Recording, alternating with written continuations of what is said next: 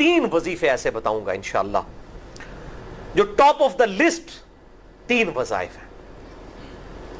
मुसीबत और परेशानी में तकलीफ दूर करने के लिए, सुन्नत वज़ाइफ आप सल्लल्लाहु अलैहि वसल्लम की तरफ से तालीम फरमाए हुए।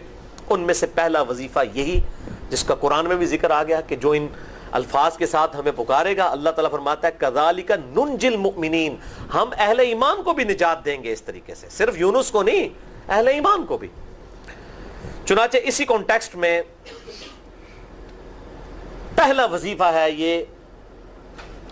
ला इलाहा इल्ला अंता सुब्हानका इन्नी कुन्तु मिनज़ ज़ालिमीन का।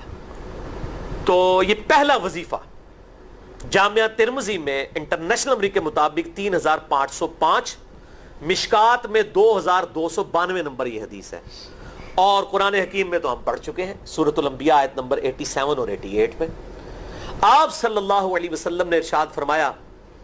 कि यूनुस अलैहिस्सलाम ने मछली के पेट में अपने रब को इन अल्फाज के साथ पुकारा था, ला इलाहा इल्ला अंता सुब्हानका इन्नी कुन्तु मिनज़ ज़ालिमीन। और फिर आप सल्लल्लाहु अलैहि वसल्लम ने फरमाया कि जो कोई शख्स अपने किसी भी मामले में, किसी भी परेशानी में इस दुआ के जरिए अल्लाह की तरफ मुतवज्जे हो, अल्लाह ताला उसकी दुआ को कबूल फरमा लेता है। और कुरान में भी आ गया ना कज़ालिका नुनजिल मुमिनीन। और कितना बड़ा फतवा आया मेरे भाइयों, सूरह अस-साफ़ात 143 144, फलौला अन्नहु काना मिनल मुसब्बिहीन, अगर यूनुस हमें इन अल्फाज में हमारी तस्बीह ना करता, ललबिसा फी बतनिही इला यौम युबअसून, तो मछली के पेट में क़यामत तक मछली के पेट में रहता, अगर इस तरह ना हमें पुकारता, उसकी कब्र मछली का पेट बन जाती। यानी ये इतना अताब, और वो दूर हो गया इस दुआ से, बहुत बड़े अस्माए आज़म में से है। तो ये बेहतरीन दुआ, बेहतरीन वजीफा, अस्माए आज़म में से बेहतरीन चीज, और सबसे बढ़कर जो मैंने बात की कि बेहतरीन इस्तिग़फ़ार, अल्लाह से तौबा मांगने का बेहतरीन जरिया। और किस तरीके से, अल्लाह तू तो पाक है ना, तुझसे तो गलती नहीं होगी, मैं बंदा हूं, गलती करूंगा, तो अल्लाह ने तो माफ करना है ना, क्योंकि जब बंदे ने अपनी आर्जी का इजहार कर लिया है और अल्लाह ताला को बताया अल्लाह ये तेरी क्वालिटी है, तू गलती नहीं करता, तो मैं तो इंसान हूं, गलती करूंगा। तो ये है पहला वजीफा। दूसरा वजीफा वो भी जामिया तिर्मिज़ी में इंटरनेशनल नंबर के मुताबिक 3524 नंबर हदीस है, लेकिन तिर्मिज़ी का तरीक जो है वो ज़ईफ है। ये मैं पहले बता दूं, इमाम तिर्मिज़ी ने साथ लिखा है ये रवायत कमजोर है, लेकिन जरूरी नहीं होती कि रवायत अगर तिर्मिज़ी में कमजोर है तो कहीं और वो रवायत सही नहीं मौजूद है। इसकी सही सनद अल मुस्तदरक लिल हाकिम में इंटरनेशनल नंबर के मुताबिक 1862 नंबर मौजूद है, और सुनन निसाई अल कुबरा में 10,492 नंबर है, और मिशकात में भी 2,454 नंबर हदीस है इंटरनेशनल नंबर के मुताबिक।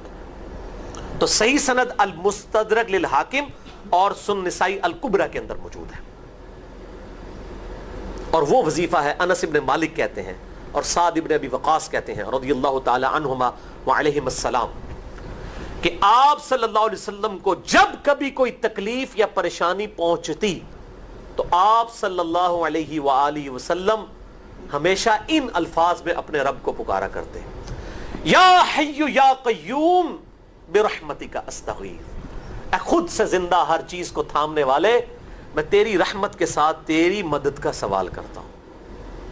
कितनी बेहतरीन दुआ है, खुद से जिंदा हर चीज को थामने वाले, मैं तेरी रहमत के साथ तेरी मदद का सवाल करता हूं।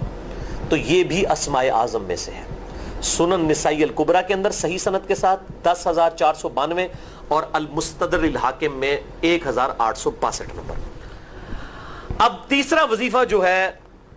कमाल वजीफा, सही बुखारी में मौजूद है, इंटरनेशनल नंबर के मुताबिक 4,563 नंबर। इब्ने अब्बास रज़ियल्लाहु ताला अन्हुमा कहते हैं व अलैहिमुस्सलाम, वो कहते हैं कि सैयदुना इब्राहीम अलैहिस्सलाम को जब आग में फेंक रहे थे ना, तो इब्राहीम अलैहिस्सलाम ने उस वक्त कहा था हस्बुनल्लाहु व निअमल वकील, हमने अल्लाह ही पर भरोसा किया और वही बेहतर कारसाज है। और तुम्हारे नबी सल्लल्लाहु अलैहि वसल्लम को भी जब मुसीबत और परेशानी आती थी वो भी पढ़ा करते थे हस्बुनल्लाहु व निअमल वकील, हमने अल्लाह ही पर भरोसा किया और वही बेहतर कारसाज है। इसके अंदर वो शेर जो बना दिया ना, निअमल मौला व निअमल नसीर, वैसे अलग से आयत है الگ سے آیت ہے، لیکن یہ شعر نہیں بنانا، بس اتنا ہی وظیفہ ہے، حسبنا اللہ و نعم الوکیل۔ اور یہ جو انہوں نے کہا کہ نبی صلی اللہ علیہ وسلم بھی یہ کہتے تھے، اس کا ذکر الحمدللہ قرآن میں بھی موجود ہے، اس سے بھی بڑھ کر سورہ آل عمران کی 173 نمبر آیت میں ہے کہ جب نبی صلی اللہ علیہ وسلم اور اہل ایمان کو یہ خبر پہنچی کہ کافر ان کے خلاف سازشیں کر رہے ہیں، تو نبی اور اہل ایمان نے پکارا حسبنا اللہ و نعم الوکیل۔ تو حسبنا اللہ و نعم الوکیل قرآن کی آیت بھی ہے، اور یہ ہے وہ آیت، وظیفہ قرآن میں آیا ہوا ہے، یہ آل عمران 173 اور صحیح بخاری 4563۔ اور مجھے بڑا وجد آیا کہ ابراہیم علیہ السلام کو جب آگ میں پھینکنے لگے تھے، انہوں نے اس وقت اللہ کو ان الفاظ کے ساتھ پکارا، حسبنا اللہ و نعم الوکیل۔ اچھا، یہ جتنے بھی وظیفے ہیں نا میرے بھائیوں، ان کا فائدہ اسی وقت ہے جب آپ کو ترجمہ بھی ان کا آتا ہوگا، ورنہ آپ روزانہ جتنی مرضی تسبیحیں کھینچتے رہے کوئی فرق نہیں پڑے گا۔ اس لیے میرا ایک پرسنل مشورہ ہے کہ جب بھی یہ وظیفے پڑھیں نا آپ، اردو ترجمہ بے شک آتا بھی ہونا، ایک دفعہ اپنی زبان میں اس کو ریپیٹ کریں، یعنی آپ پڑھیں حسبنا اللہ و نعم الوکیل، میں نے اللہ ہی پر بھروسہ کیا اور وہی بہتر کارساز ہے۔ آپ دیکھیں یہ صوت القرآن چینل میں جب وہ عربی چل رہی ہوتی ہے، جیسے ہی وہ مراج الدین خان کا ترجمہ شروع ہوتا ہے نا، کیسے کب کبھی طاری ہو جاتی ہے، کیونکہ ہماری زبان میں بات ہو رہی ہوتی ہے نا، عربی ایویں تو نہیں قیام اللیل میں رو رہے ہوتے، ان کی زبان میں بات ہو رہی ہوتی ہے، اپنی زبان کا اثر ہوتا ہے۔ اسی طریقے سے آپ لا الہ الا انت سبحانک انی کنت من الظالمین، یا حسبنا اللہ و نعم الوکیل، یا حی یا قیوم برحمتک استغیث، جو بھی وظیفے پڑھیں نا، ایک دفعہ ان وظیفوں کو جب آپ الگ سے دعا مانگ رہے ہوں، اس وقت اس کو آپ اپنی زبان میں بھی دہرائیں۔ اور اس کے لیے کوئی تسبیح نہیں کھینچنے کی ضرورت کہ آپ نے اتنے 100 دفعہ پڑھنا ہے، تسبیح تو ویسے ٹھیک ہے، وہ آپ استعمال کر سکتے ہیں، لیکن آپ چلتے پھرتے اٹھتے بیٹھتے ہر وقت جس حالت میں بھی، اور صحیح مسلم میں حدیث ہے کہ یہ جو وظائف ہیں ان کے لیے تو کوئی وضو بھی کیا، غسل بھی پروٹوکول نہیں ہے۔ اب عائشہ کہتی ہیں نبی صلی اللہ علیہ وسلم حالت جنابت میں بھی اللہ کو یاد کر لیا کرتے تھے، صحیح مسلم میں حدیث موجود ہے، جنابت والے چیپٹر میں ہر حال میں اللہ کو یاد کرتے تھے۔ اور جو قرآن میں بھی دعائیں یا اذکار آئی ہیں نا، جب آپ حالت جنابت میں بھی اس کو کریں گے نا، تو اس پہ قرآن کا حکم نہیں لگے گا۔ تو جامعہ ترمذی اور ابو داؤد میں جو حدیث ہے کہ حضرت علی کہتے ہیں نبی صلی اللہ علیہ وسلم کو حالت جنابت کے علاوہ کوئی اور حالت قرآن پڑھنے سے مانے نہیں ہوتی تھی، تو اس سے مراد قرآن کی تلاوت ہے۔ اگر قرآن کی دعائیں جیسے ہیں بسم اللہ الرحمن الرحیم، یہ بھی تو قرآن ہے، سبحان اللہ بھی تو قرآن ہے، الحمدللہ بھی تو، یہ اذکار جو ہے نا، جب آپ اذکار کی نیت سے پڑھ ہوں گے پھر یہ قرآن نہیں شمار ہوں گے، ذکر شمار ہوں گے، اور اس کے لیے نہ وضو پروٹوکول ہے اور نہ غسل کا ہونا ضروری ہے، ہر حال میں اللہ کو یاد کریں۔ تو یونس علیہ السلام نے کتنے یاد کیتا ہے؟ فی الظلمات، مچھلی کے پیٹ میں،